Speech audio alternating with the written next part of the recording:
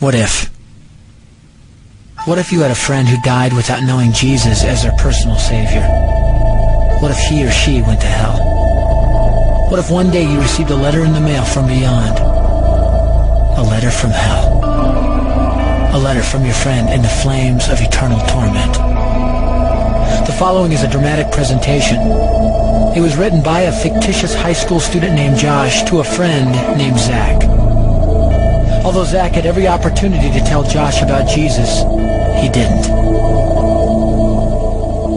They were best friends.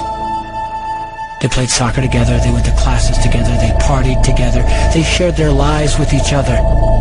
But there was one thing Zach held back from Josh: his personal relationship with Jesus Christ. The rest of the story is simple and sad. A few too many beers, a tragic drive home, a crash, a death, a funeral, a letter. Here is that letter in its entirety. A letter from hell.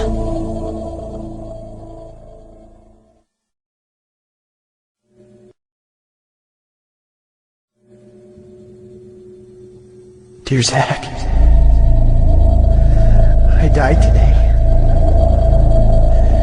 It's a lot different than I expected.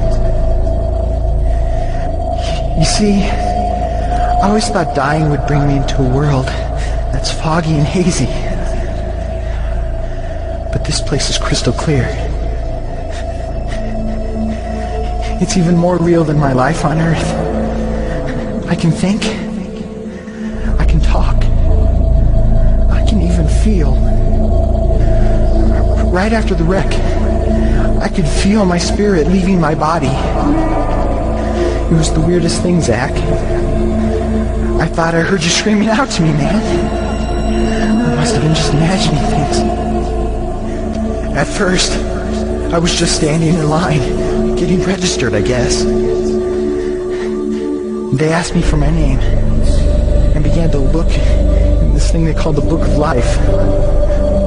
I guess they couldn't find it, though, because this huge angel standing next to me grabbed me by the arm and started dragging me away. I was terrified. I had no idea what was going on. I asked the angel where he was taking me, but he didn't answer. So I asked him again. Finally, he told me that only those whose names were written in the Book of Life could enter into heaven. And the rest would be condemned to hell forever. Man, I was scared. The angel threw me into some kind of holding cell where I've been sitting and thinking for a long, long time. Do you want to know what I've been thinking about? I've been thinking about you. Zach, you're a Christian. You told me so yourself. I mean, we talked about it 3 different times today. Kelly brought it up, and you laughed it off. Coach Adams brought it up, and you changed the subject. I mean, it came up right before the wreck. Well, the question I can't get out of my mind is this, Zach. Why haven't you ever told me about how to become a Christian? I mean, you say you're my friend, but if you really were, you would have told me about this Jesus and told me how to escape this terrible place that I'm headed for. I can feel my heart pounding in my chest. The angels who have been chosen to cast me into hell are coming down the hallway. I can hear their footsteps. I've heard of this hell, Zach. They call it the lake of fire. I can't stand it, Zach. I'm terrified. No, the angels are at the door. Oh no. No! They're coming in and they're pointing at me. They're grabbing me and carrying me out of the room. I can already smell the burning sulfur and brimstone. I can see the edge of the cliff where hell burns. This is it. I am without hope. We're coming closer. Closer. Closer. My heart is bursting with fear. They're holding me over the flames. I'm damned forever. This is it. They have thrown me in. Fire. Pain.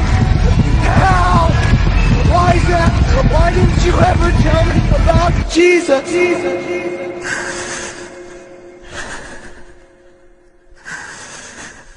Signed,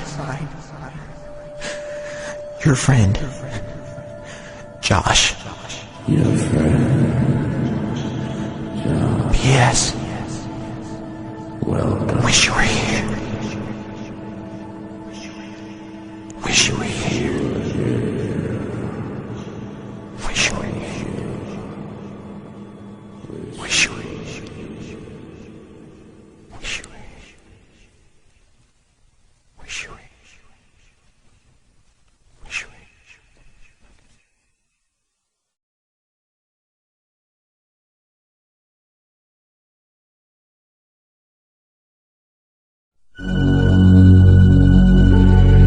Don't bother me.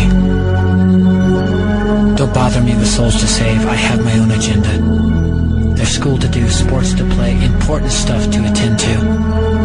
Don't bother me with my friend at work. He's got his own religion. I don't have time to change his mind. He'll make his own decision. Don't bother me with that little girl, the girl playing in the street. She's much too young to understand that the savior she can meet. Don't bother me with the sounds I hear, the sounds of people shrieking, although I wonder who they are. Who are these victims screaming? Don't bother me with who they are. I really don't want the blame. Because it's my friend at work and that little girl.